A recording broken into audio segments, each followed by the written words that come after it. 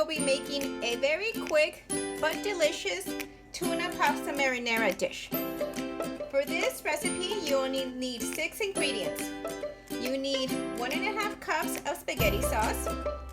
You need 1 small can of tuna. You need 2 tablespoons of diced olives.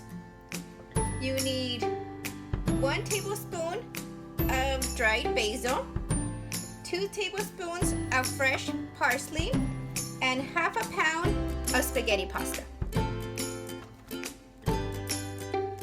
Prepare your pasta according to the package instructions. I brought 2 cups of water to a boil, added my pasta, and cooked for about 5 to 8 minutes until tender.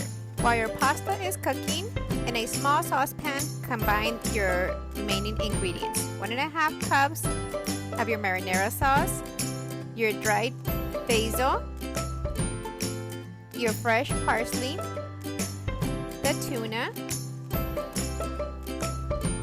and lastly, add your olives. Once you bring your sauce to a boil, add your pasta and combine together. Your tuna pasta marinara is now ready to serve. Enjoy!